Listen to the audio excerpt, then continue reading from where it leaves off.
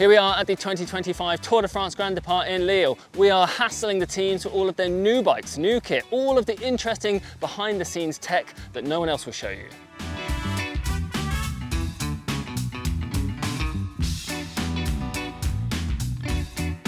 Right, so these are the Movistar TT Bikes, the Canyon Speedmax CFR. This one belongs to Enric Mas, who is Movistar's GC contender. You can see here he's got these really cool custom carbon fibre extensions here with little grips on the top so you can just grip the top and get into a more aerodynamic position. His teammate Pablo Castillo has little slightly different tips on the top there. All right, now if you're wondering where he shifts from on these bars, well, if we just come down here, you can see he's got a couple of little SRAM Axis blip wireless shifters, one on each extension, and then he's also got one on the base bar as well. Now, of course, there's no front derailleur here, so it's only up and down the cassette at the rear. Do you really need 4 shifters? Well, Enric Mas does. What's really cool about this bike is it's got an enormous 64 tooth chainring on there, and obviously with the 10T sprocket at the back, that is one big gear. The UCI will not be liking that. Now, of course, this bike is running the Conti GP5000 TT time trial tyres, but we can also see here a little Quark tyre whiz, so Enric can monitor his tyre pressures in real time. Who doesn't want to do that? Kyle, come on, come over here. Look, I may have just spotted an even bigger chainring, a 68 tooth chainring, won by on Ivan Romero's Canyon Speedmax CFR TT bike. Is that the biggest chainring at this year's tour? I'll be on the lookout, stay tuned for more. All right, so here we have Lotto's new Ekoi Aero helmet. Very, very interesting. Now, as we can see, it's got a kind of streamlined shape, almost kind of like if you put a visor on it, it might look a little bit like a TT helmet, but very minimal venting, just 3 at the front, 2 at the side, 1 at there, and then again, 3 at the back, 2 at the side, an exhaust port in the middle. It's got a BOA dial on the back for retention. It's kind of similar to the Trek RSL helmets actually. And then a little bit of channeling inside to help draw that air over your head, as well as these minimalist straps. It's also got a couple of, it might be hard to see on the video, but it's got a couple of defined ridges on top, which presumably help with the aerodynamic performance, and I expect we will see Arnaud Delis wearing this on stage 1 along with the rest of his teammates. All right, just here at the Lotto Mechanics trucks, and if you've ever wondered how a team mechanic gets all of the many tens of bikes set up absolutely perfectly, well, it is as you might expect. They just use a series of complicated jigs. These ones are from bikesettings.com. So if you wanted to get yourself a pro bike setup jig, you can.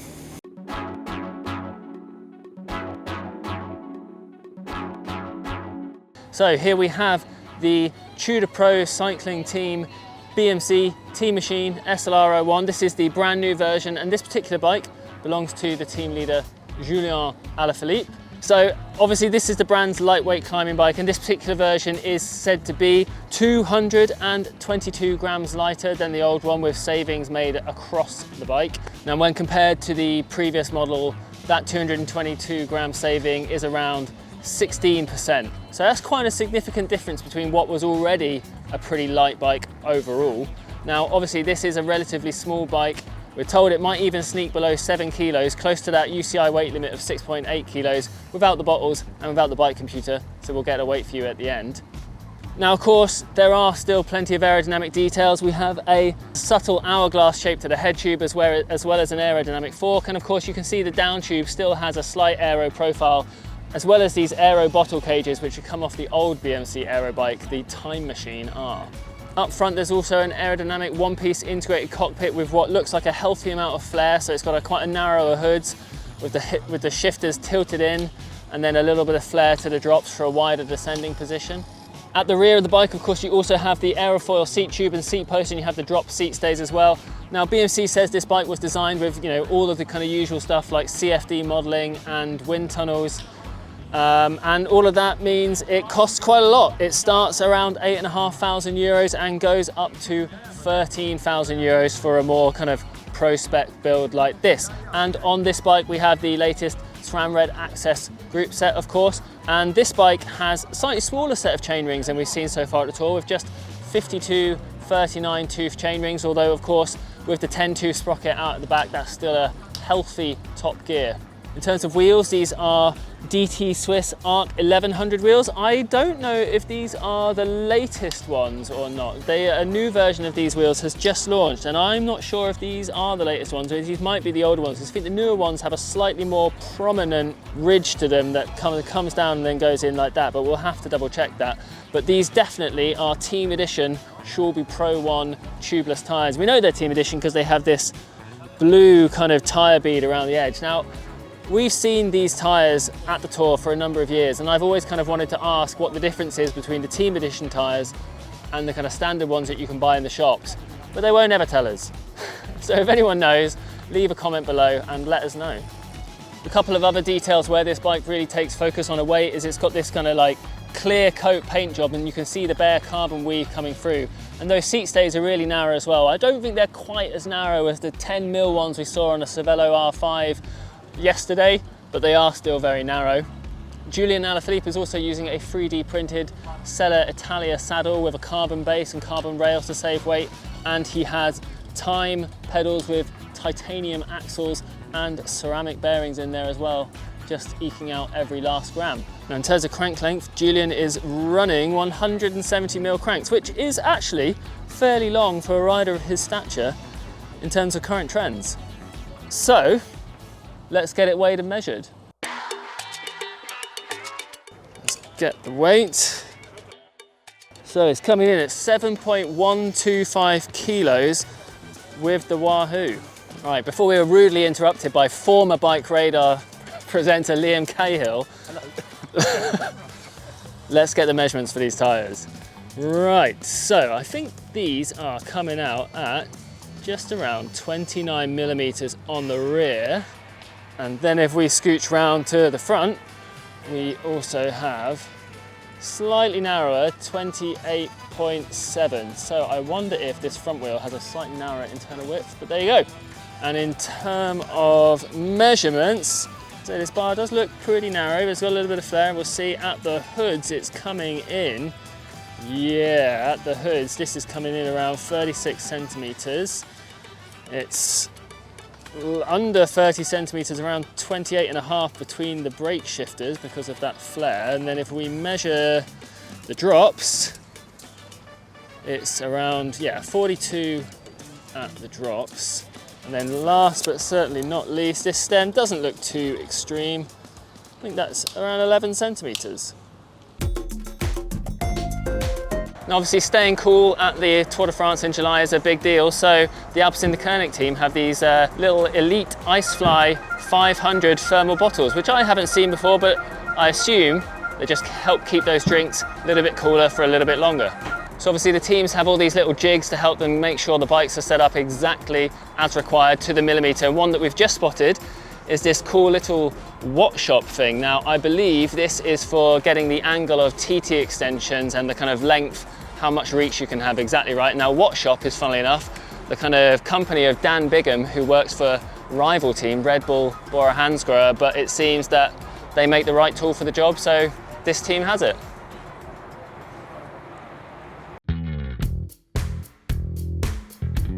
So the most bling bike at this year's Tour, that I've seen anyway, belongs not to one of the starting riders, but to XTS Astana team manager Alexander Vinokurov, who has this absolutely incredible gold custom painted X-Lab 89. Now of course it is gold because Vinokurov won the gold medal at the London 2012 Olympic road race. All right, so we're just here at the XTS Astana team hotel, and we're here with Kesa Bold, the Dutch sprinter's bike, and it's got this really interesting unbranded one-piece handlebar. Now the team is mostly using Vision setups, but this looks like a custom bar.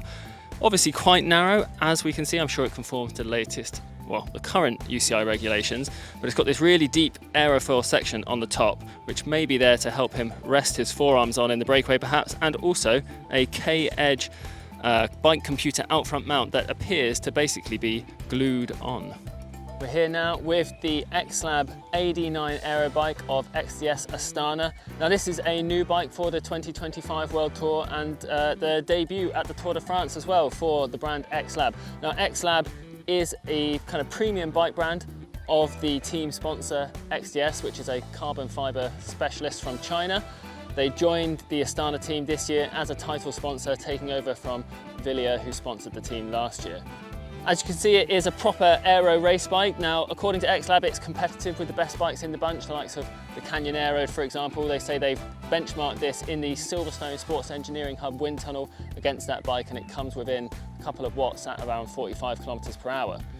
Some of the key aero features include this obviously very deep bladed fork. You've got this little aero extension over here around the front dropout, as well as this deep aerofoil head tube. And you can see subtly, it just kind of flares out around the bottles just to push the air around the wind at that point there. The drop seat stays at the back also have an aerofoil profile, as does the seat tube, and it's a pretty skinny carbon aero seat post up top as well. Now the team also has the RT9 lightweight climbing bike, although I believe this one is light enough that this is the one that the riders use most of the time. The RT9 doesn't get used so much anymore because it's more of a kind of round tube, stiff climbing bike and less of an all-rounder like the AD9. Also got this little extended head tube here, as you can see just in front of here. It's not as quite extreme as on the Cervélo S5 or the Tarmac SL8, but this is something we're seeing more often now, where the head tube just extends forward from the steerer just for a little aerodynamic gain.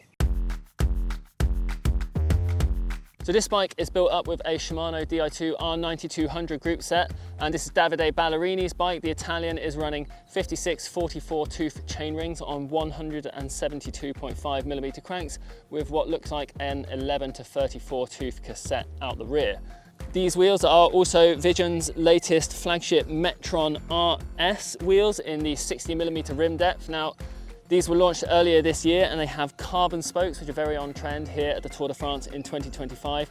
Now obviously carbon spokes are there just to add a bit of stiffness to the wheel set, make them feel a bit better, a little bit less flexible in the corners and on descents, but they also save weight, not very much per spoke, maybe only a gram or so, but when you add that up over a wheel set, can lead to a significant weight saving. The hubs are also new on these wheel sets. And although you can't really see it on this bike, and we won't be able to show you because we're not going to take the cassette off, but the Vision even goes as far as to do things like drill out the free hub body just to save those last few grams. Essentially no corners are cut on this wheel set in search of weight gains. On those wheels we've got a set of Continental Grand Prix TTTR time trial tyres. Now we've seen these on quite a few bikes here at this year's Tour and at last year's Tour. I suspect the riders will switch between these lightweight fast tyres and then maybe the all-rounder STR tyres throughout the Tour depending on the stage, but these are the fastest choice, so I guess for the stage one, which ends in a sprint, they're probably likely to start with these. Finishing things off, Ballerini has a Vision Metron 5D integrated handlebar with little sprint shifters here. Now one interesting thing about this bar is it appears to have a little port here for where you can insert Di2 sprint shifters for the climbing positions on the hood, but Ballerini's opted not to use those. He does have a machined aluminium Vision Garmin out front mount though up there, and topping off things off, he has a Pro Logo Scratch M5 saddle. One nice little cool detail here is a bit of latex inner tube covering the race chip there. Obviously the race timer chip just tracks where the rider is and when they cross the finish line and things like that, but it's nice to see a low rolling resistance latex inner tube used instead of a standard butyl one. Last but not least, they are Shimano Dura Ace pedals and Tax Zero bottle cages, but let's move on to the important things like weights and measurements. Now Ballerini rides a size medium frame, so let's see how much this weighs. 7.5 kilos, bang on. So not bad at all with the 60mm deep rims, a little bit of spec to go lighter, but not too bad. All right, so these are 28C Conti GP5000 TTs, but let's see what they measure on these Vision wheels. They're coming in quite wide, around 31.4 mil at the rear. And then at the front, we have similarly wide, I would say. About the same, exactly the same in fact, around just under 31.4 millimeters. All right, now in terms of measurements, doesn't look like the narrowest, but the hoods are tilted in slightly. Let's measure it. Okay, so we've got around 38 centimeters center to center at the kind of brake hoods, and then in the middle, around 29 centimeters between those, and then the stem is, that's a 120mm stem. Well, there you go, that was all the best new stuff we saw at the 2025 Tour de France Grand Départ here in Lille. As always, leave a comment, let us know what you think. What was your favourite bit of Tour de France tech? And don't forget to subscribe to our channel and stay tuned for more Tour de France content here on BikeRadar.